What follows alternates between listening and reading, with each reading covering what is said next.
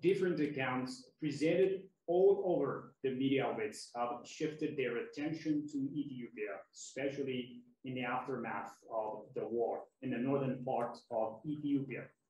And scholars are saying that many irrefutable empirical evidences investigated by many and far-fetched entities point to nothing but one thing, and that is war crimes committed in Ethiopia. So who is the culprit here and what must be done? Well, I'm joined by Professor Fitz-Gerald, and she will help us understand what needs to be understood. In this regard, ladies and gentlemen, this is Addis Dialogue with the program. I'm Fitz-Gerald. Stay with us. Professor, thank you so much for joining me. Thank you for having me. So I know, Prof, you have been following new developments unfolding in Ethiopia. Yeah, and of course, you recently also came all the way from Canada to Ethiopia and did an extensive research. Also, Ethiopians of Tigrayan descent contacted you requesting greater scrutiny of grassroots Tigrayans' opinion on the conflict in the northern part of Ethiopia. So, Prof, can you give us, this overall sense of your commentary or research for some of our audience that had no chance of reading your wonderful piece of work? Sure. The research identified what was deemed to be a gap in the literature. All research projects start with a gap that they seek to investigate and make a contribution to a certain domain with. So it identified a gap in the literature in terms of perceptions, local perceptions of the conflict. And it surveyed many Tigrayan IDPs from both the civilian IDP camps and the former combatant IDP camp. It took a methodologically robust approach to organizing sample sets of respondents, which included younger, middle-aged, and older groups. The research was not only triangulated across both IDP camps, but also with data from many focus groups and focus group meetings across the conflict-affected areas, Amhara and Afar, particularly in north and eastern, southeastern Afar and the Wollo area of Amhara. The questions asked of the respondents included background on their journey and how they had ended up at the camps and why they had ended up at their camps, their experience along the way, the humanitarian conditions that they experienced along the way and at the camps, the requirements for peace in Tigray and Ethiopia in the future. So the findings produced consensus on a number of issues. One was forced conscription and the forced conscription program that had been in place led by the TPLF in Tigray, and the consequences for not cooperating with that forced conscription program, which included the arrest and imprisonment of family members, the issue of surrendering, which most of the people I spoke to had done, and they described it as giving their hand, something that they had been told never to do, to take their own lives before giving their hand. They spoke about the humanitarian conditions, which were variable across the camps. In one camp, there was a very positive set of humanitarian conditions. In another camp, the Jara camp, in Amhara, those conditions just were not even close to ideal. They also spoke about the way they were treated, which generally speaking was very positive. Not just treatment at the camps, but treatment by communities in Afar and Amhara along the way. In terms of seeing peace come to Tigray in Ethiopia, the feedback really was consensual around a different sort of governance culture and structure that was needed in Tigray in the future. I think everyone I spoke to commented on the need for constitutional reform and the abolishment of the ethnic federalism model, which divides and is used for the purposes of inciting violence. And it was generally felt that whereas the country had come together over the years, you know, in the form of mixed marriages and living in different regions with different Ethiopian brothers and sisters, there was a view that this model was being used to re-divide and to re-disaggregate. So there was this real support behind the issue of healthy plural politics and real opposition parties that meet the criteria for the organization of political parties, including minimal number of members, a party platform, and other issues that deem a political party to be a legitimate one. There was a hunger to have that come to Tigray. Dialogue, discussions, and really the desire to live peacefully with their Ethiopian brothers and sisters, and to have, you know, full and free access to the rest of the country. During my discussions, there was a lot of acknowledgement that, you know, around 2 million ethnic Tigrayans didn't live in the region, lived elsewhere. So, you know, there was this desire to stay connected to all regions in the country. So that's just a little bit of the feedback that came by way of the research. Okay, so Professor, your research has also tried to expose, you know, the voices of the Tigrayans living under the TPLF rule and let their voices be heard. So you also unveiled in the research that little to none has exposed the grassroots. Can you explain that to me a little bit further, Bob? Sure.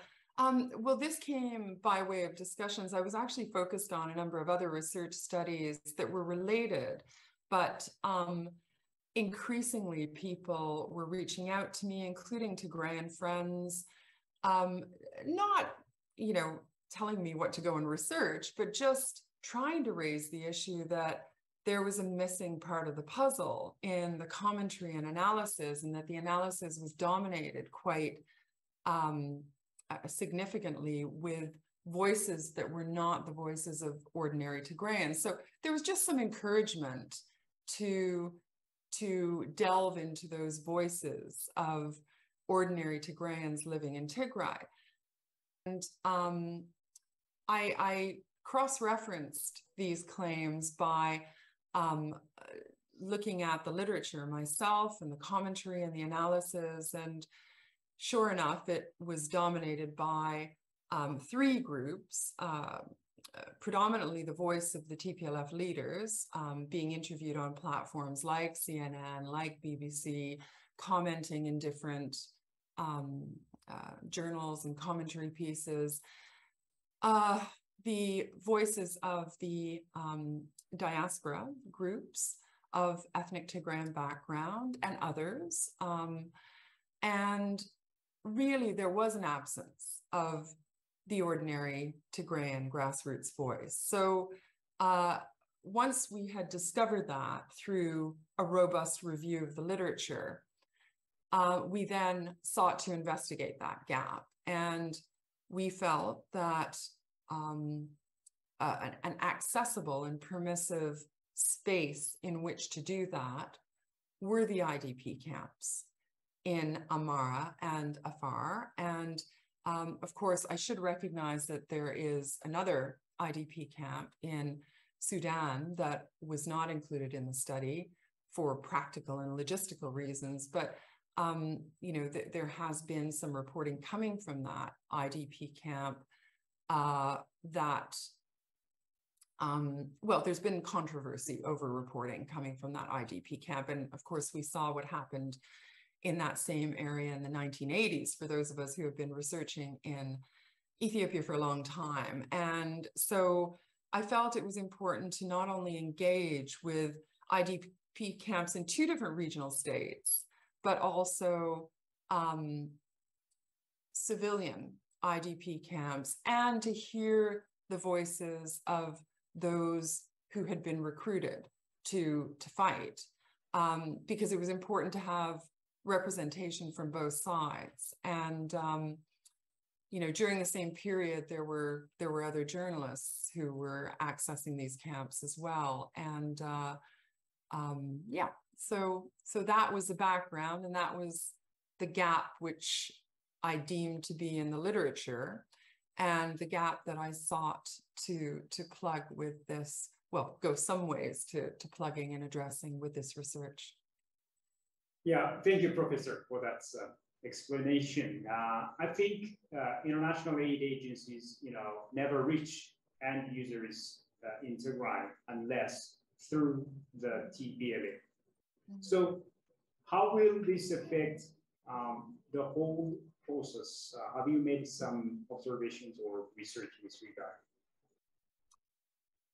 Well, let me start by saying that I have enormous respect for the international humanitarian aid groups that are working hard on the ground to try to get provisions to the communities in need. And I don't underestimate the challenges that they face along the way, and also when they arrive at the destination. But as I've said on a number of interviews already, effective and smooth humanitarian aid delivery can be, shouldn't be, but can be incompatible with military insurgency goals, especially when the group leading a military insurgency becomes ultimately responsible for the distribution of that aid. And we've seen this in the past, again, in the 1980s, for those of us who were studying the diversion of humanitarian aid and what was done with it at that time. After the humanitarian ceasefire that was declared in June 2021, the governance structure that the international community was left with in Tigray, and which people had to work with, had clear objectives to pursue border insurrections into other regional states, Amhara and Afar, and they had objectives to keep a fighting force strong. And so, as I said, these tactics were used in the 1980s. These tactics were not new by some of the same military commanders. So the forced recruitment program has inevitably impacted on humanitarian aid delivery. And I was able to speak with some members of local NGOs that were working in the region, and they said, we cannot at the moment track the ultimate delivery to the intended end user. We're trying to seek ways of doing this, but and I was left to understand that most of the aid goes into the hands of the TPLF and the groups working for the TPLF, and is distributed on from there. I'm not sure. I mean, this research was carried out at the end of March, so things may have and hopefully have changed. So the forced recruitment program will inevitably impact the humanitarian aid delivery. The other thing that we saw, which I think has been addressed, and it must have been addressed very robustly and adequately, because we're hearing reports of consistent reports of fleets of trucks going into Tigray on a daily basis. And they have been, and we've also heard reports from the World Food Program that of population figures that meet the population figures of Tigray receiving humanitarian aid. So that's all very positive. But I think what was happening was drivers were being contracted independently in Ethiopia to deliver aid.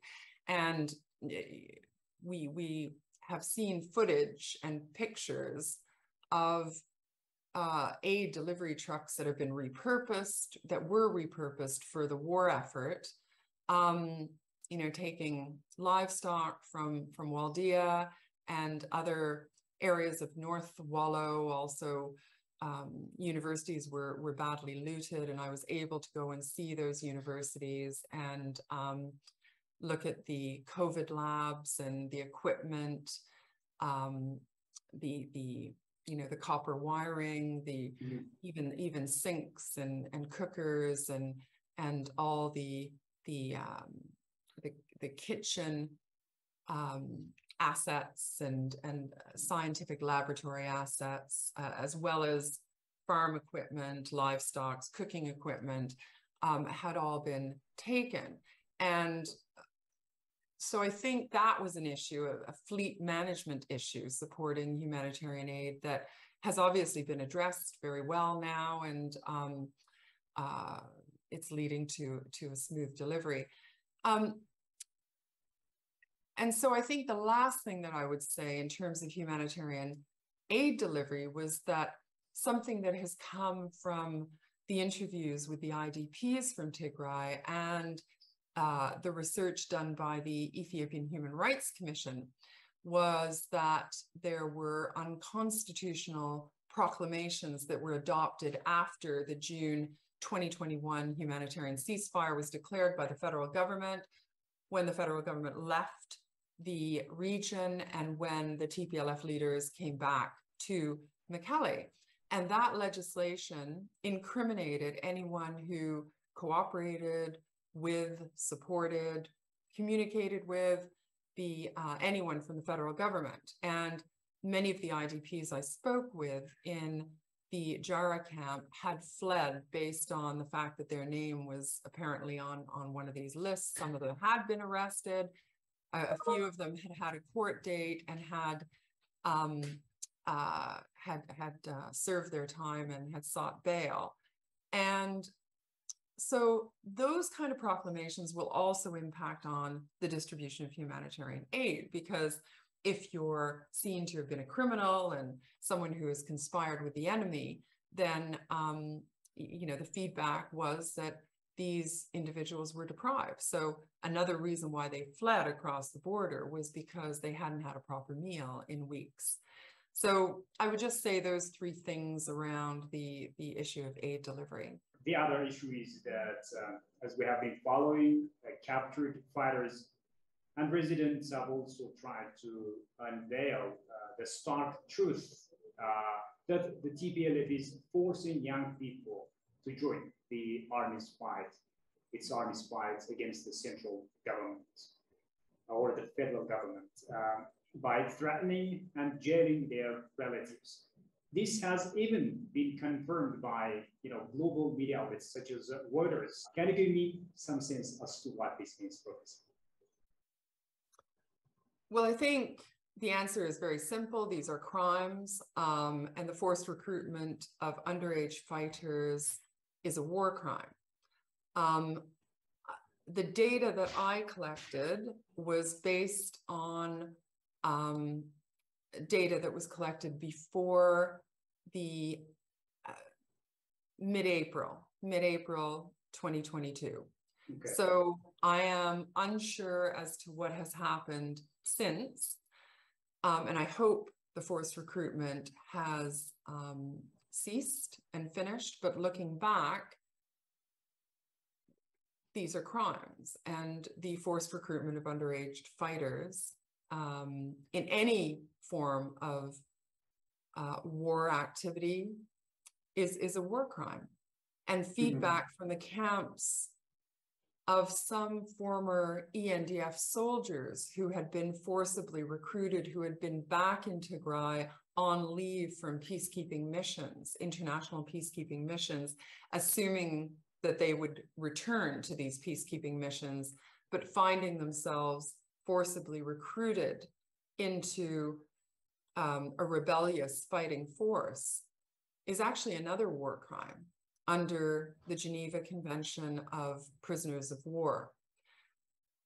And, you know, so I reported on that. And I think these are the implications that come by way of what happened. And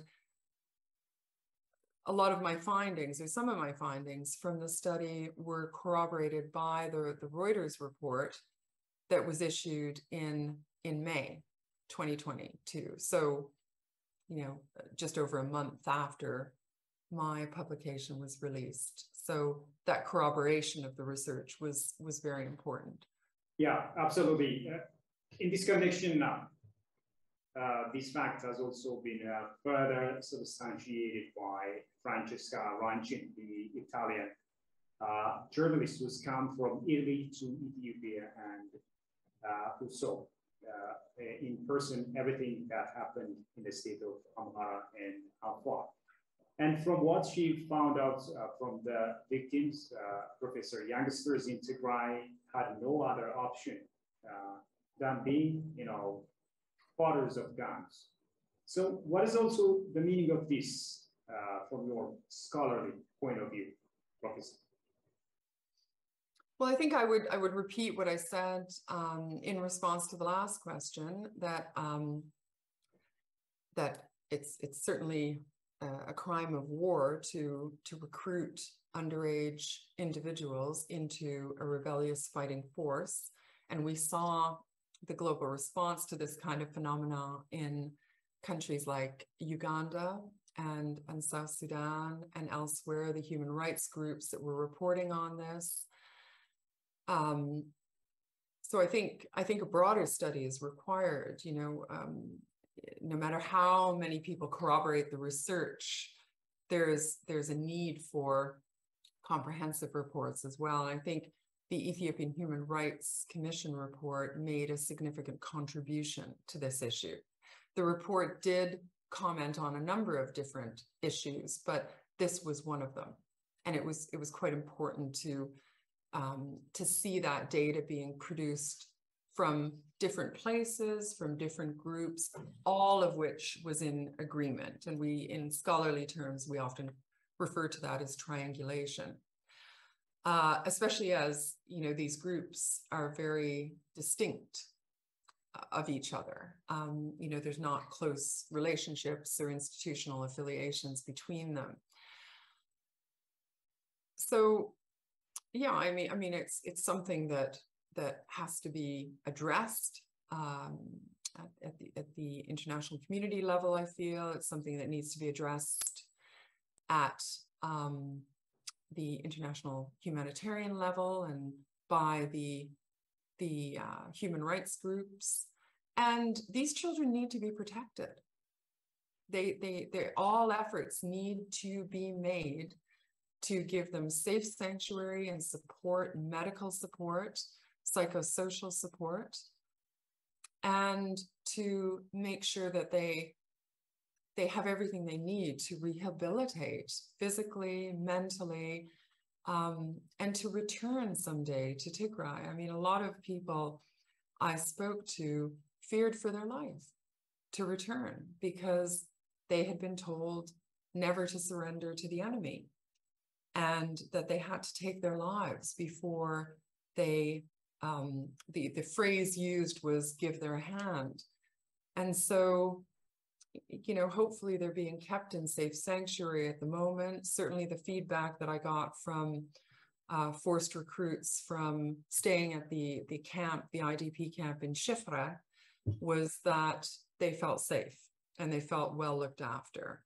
And I have to say that differed to some extent from the feedback that I got from many groups in the Jara camp. They felt safe, but they felt that they weren't receiving enough food and water, and that the living conditions were substandard. So, but you know, these groups need support. They need to be looked after, and I think the focus on the children and what's happened here is, you know, there's a real humanitarian concern that goes beyond the provision of food and sustenance. There's a real psychosocial support and rehabilitation support that's needed.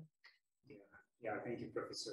As you know, the Ethiopian Human Rights Commission also issued a report recently detailing a number of grave human rights violations, including deaths, physical injury, sexual and gender-based violence, even including people with disabilities. And now I believe this is yet another empirical evidence, unveiling these inhuman crimes committed against humanity. So what are some of your observations, or what have you made out of this report? Well, I think reports like this are very important. Reports like this are predicated on data that's gathered on site, extensive discussions with key stakeholders. And I should say that reports like this need to be undertaken not only in the Afar, Amhara, and Tigray regions, but also in Oromia and elsewhere in conflict-affected communities and areas where there has been tragic violence committed recently, such as in the Walega zone in Oromia. I mean, I think the EHRC report further corroborated some of the findings that were produced in my report, most notably the forced recruitment program, the consequences facing those who did not cooperate with the forced recruitment program, including arrest and imprisonment of family members. And then indeed it went on to confirm that legislation had unconstitutional legislation had been introduced by the TPLF that would incriminate anyone who had supported or cooperated with any representative from the federal government. So the report, I should say, also talked about the two camps in Afar where ethnic Tigrayans from the Abala area of the Afar regional state were staying. And I think there's still some questions that the report leaves, that, whether a response from the regional state government or the federal government is the answer. I think one of those things would be very helpful, just to try and understand the plight of these Afar residents that that are staying at these camps at the moment. And I did feel that when I read the report, that it would have been helpful to have some analysis from the other camps in Afar as well, the camps that I visited near Lake Afdera and the Dut camp as well. Okay. So in general, now we see different accounts, coupled with your eye-opener research, all pointing to one thing. I think that's the empirical evidences of war crimes committed against humanity. So what do you make out of all these scenarios, Professor? Well, I think as a scholar, what I make out of it is that you have very disconnected and independent accounts which are coming up with the same findings from different people, from different groups, from different areas and venues.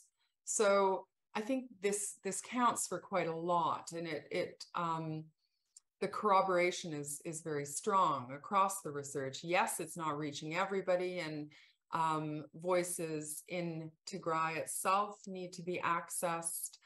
Voices that stayed together in the fighting force in Tigray need to be accessed.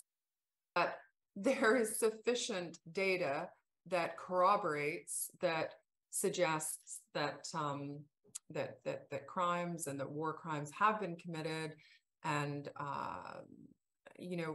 policy is and should be based on evidence, and strong evidence, corroborated evidence, iterated, reviewed analysis. And I think that's what you have here. So let us hope that policy, both on the part of the national government and the regional governments, and policy internationally will be based on this strong pool of evidence going forward. How is the international community, which solely depends upon Western media outlets as sources of information regarding situations unfolding in Ethiopia currently, have you observed anything, and have you observed maybe positive developments in this regard? Yeah, I think it's probably not so fair to say that the international community has depended on the reports from Western media outlets. I think, I've worked with different teams from different parts of the donor community, and they take a really rigorous approach to information collection and peer-reviewed material, etc.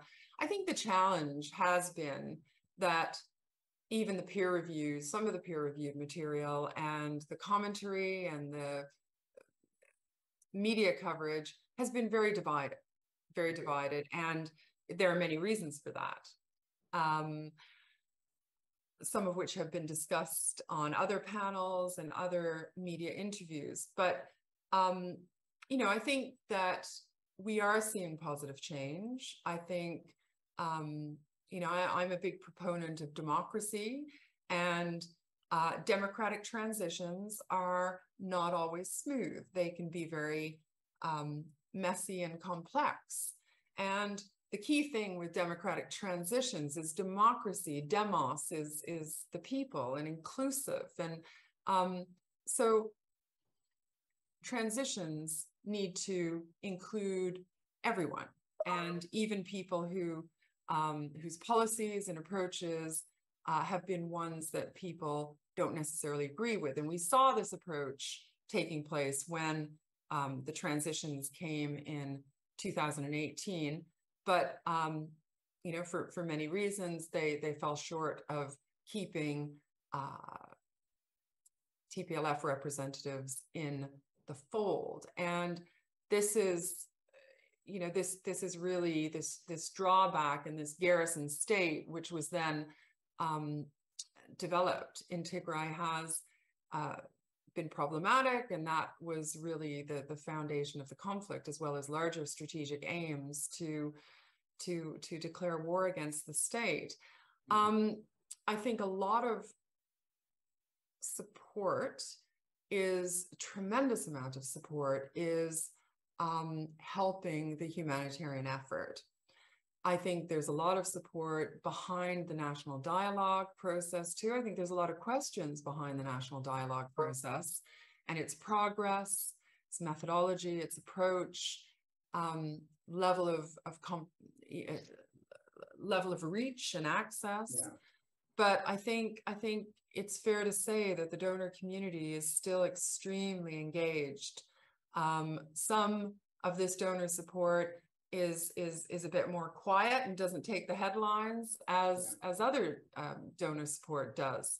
So I don't think we should underestimate what's going on behind the scenes, what has continued from 2 or 3 years ago. I've seen continuity and some engagement, and an approach and attitude that partners of Ethiopia should stand behind a legitimate government.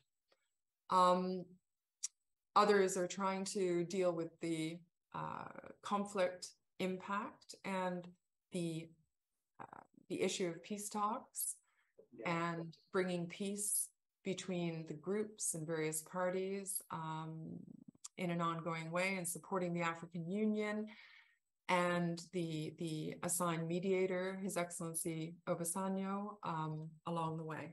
I think if you're asking me what I think needs to happen in terms of engagements, I think the unconstitutional legislation that has been introduced in Tigray, it absolutely needs to be abolished. And calls from both the government and the international community would help this process, because it's not only unconstitutional and criminal, but it is going to impact on the food aid that should be reaching those communities and individuals that are implicated with having contact and support with federal government authorities. So that needs to be addressed. I think the close monitoring and accountability behind the humanitarian delivery should also be seen as a priority, to make sure that people can account for their hard work and efforts, knowing that the food got to the necessary communities in need. I think the framing of this conflict as a Tigray conflict needs to be addressed. There has not been any. Yes, there are very concerning humanitarian issues in the region. There have been for some time, but these were very much exacerbated by the onset of the conflict in November 2020. But this is a conflict that has deeply affected the Amhara and Afar regions as well, not only in terms of high levels of destruction, but high levels of displacement as well. And so it's, the emphasis of a conflict in Tigray instead of northern Ethiopia, and actually elsewhere in Ethiopia as well, is misleading. And there are spokespersons in the international community that continuously refer to this and should really be dealing with a wider frame and expressing remorse and concern over violence and death and destruction in other regions. So, focusing on one region will leave unfortunate cleavages in the future, and it will risk undermining the overall peace process. And we've seen this in terms of reports on displaced groups from the Walkite region, for example. Well, as those reports were being published, tens of thousands of individuals found themselves in camps in Afar, which were totally unsupported. So, we've just got to be careful that these particular case studies that are being honed in on by way of reporting and research are comprehensive, or have intentions of going more comprehensive to reflect the real situation on the ground. And this is the point that I would add about the Ethiopian Human Rights Commission report, which was very, very good, very comprehensive, but did focus on 2 camps in the Afar region, and certainly not the ones that I visited. So I think it's fair to say that the reporting is getting much more comprehensive, much better, but there has been incidents of very imbalanced and skewed reporting. Going forward, Prof, in the midst of all these challenges, Ethiopia is set to kick off its first ever all-inclusive national dialogue. So what are some of the ways that you see Ethiopians should bring along in order to make this first ever national dialogue successful? Well, I'm a true believer in dialogue. I think discussion and dialogue that is well supported, that is well resourced, that is unrushed, not rushed, is really important. And I think, you have an admirable set of people and leaders, societal leaders, civil society leaders at the helm of this national dialogue process. If I can be a little bit critical for a moment, I also think that dialogue, you can't have meaningful dialogue unless some sort and some level of healing and reconciliation has happened. And for a truly inclusive dialogue to move forward, and it has to be pan-national, there have been hardships felt and hybrid effects of this conflict and proxy effects of this conflict felt in many different locations across Ethiopia. And I think that fact has to be acknowledged. no matter how unreported, or I should say underreported, these issues were in some cases.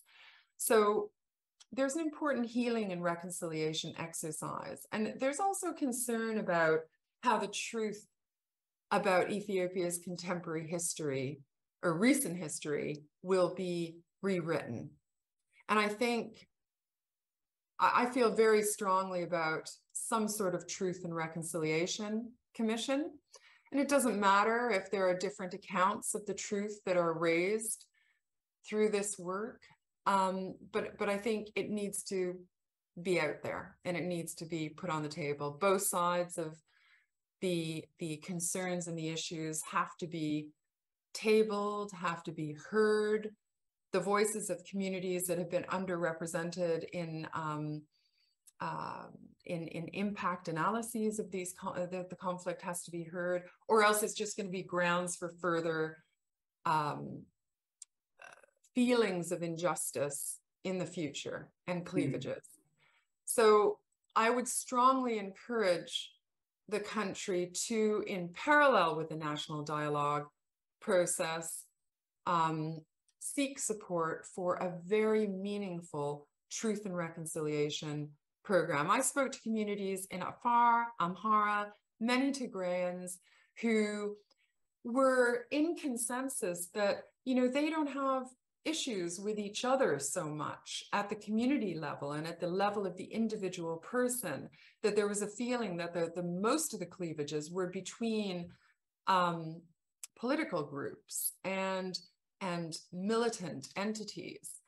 And so I think that's a good thing. I think that means you have a very strong basis and foundation for meaningful dialogue. But I don't think you can sidestep as a country the need for truth and reconciliation, or else, you know, concerns are just going to be harbored into the future, and that's been an issue for Ethiopia, and that needs to be allowed to come out of its box in whatever form it's in, mediated, respected, put on the table, and locked into the Ethiopia's recent historical experience. And I think that's terribly important for these communities to feel a sense of calm, a sense of peace, a sense of internal reckoning with what's happened. Professor, thank you so much for your wonderful ideas, and thank you for, you know, closely following situations, new developments unfolding in Ethiopia, and coming up with those wonderful scholarly views. Thanks a lot, Professor. Thank you for having me. All right. Well, dear viewers, with that, we come to the end of today's program. Thank you as well for having been with us. Until I see you next time with another program, it's goodbye from me.